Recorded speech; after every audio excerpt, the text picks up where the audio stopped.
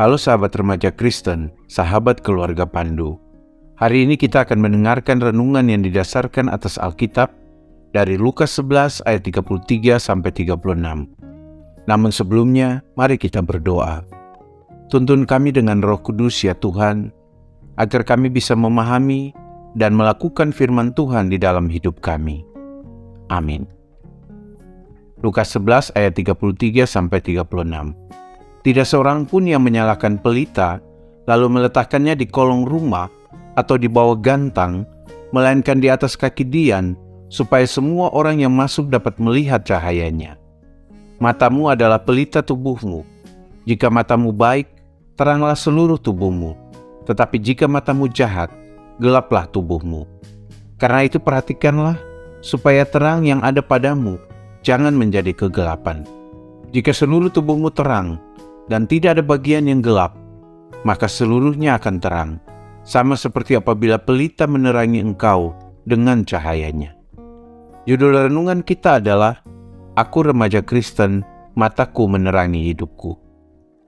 Sebuah foto yang lagi viral di media sosial adalah foto seorang kakak yang melindungi adiknya dari reruntuhan bangunan di Turki sebagai akibat gempa.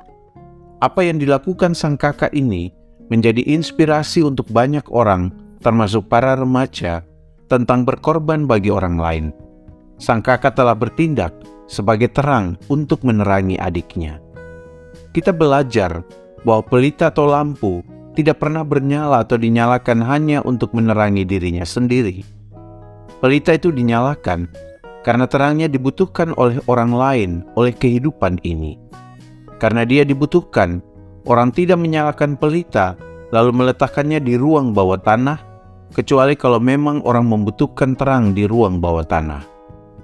Juga orang tidak akan menyalakan lampu atau lilin dan menutupnya dengan benda yang membuat cahaya lilin itu lama-kelamaan akan padam.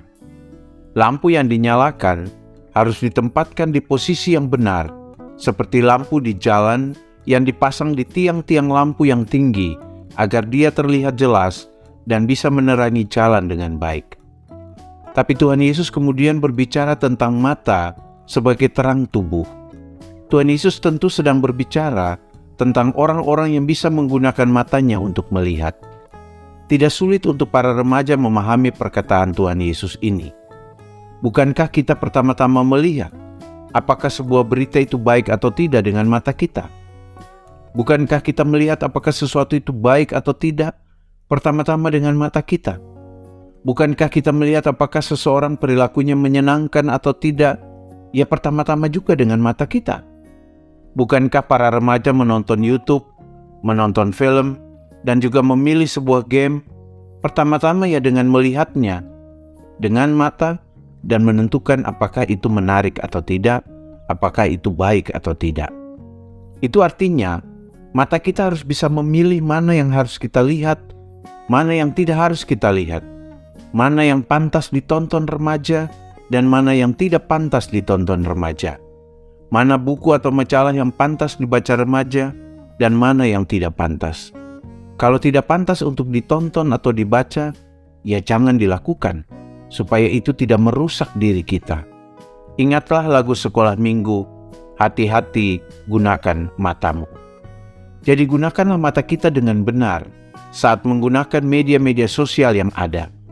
Gunakanlah mata kita untuk memilih bacaan, atau film, atau game, atau tayangan di internet yang bermanfaat untuk mengembangkan diri kita, yang mengembangkan cara hidup kita sebagai remaja Kristen.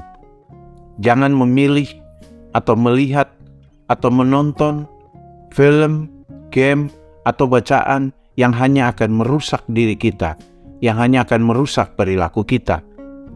Tapi lakukanlah segala sesuatu dengan benar, pakailah mata kita untuk mengembangkan hal-hal yang baik dalam diri kita, supaya kita menjadi orang-orang yang terus memuliakan Tuhan. Biarlah mata kita tetap menjadi terang, yang menerangi dan menuntun jalan kita sesuai dengan kehendak Tuhan. Mari gunakan mata kita dengan baik di tengah pengaruh internet dan teknologi yang berkembang saat ini. Amin. Mari kita berdoa. Terima kasih ya Tuhan untuk firman-Mu. Berkati mata kami agar selalu melihat dan memilih yang baik, agar hanya yang baik saja yang masuk ke dalam hati dan pikiran kami. Terima kasih Tuhan Yesus. Amin.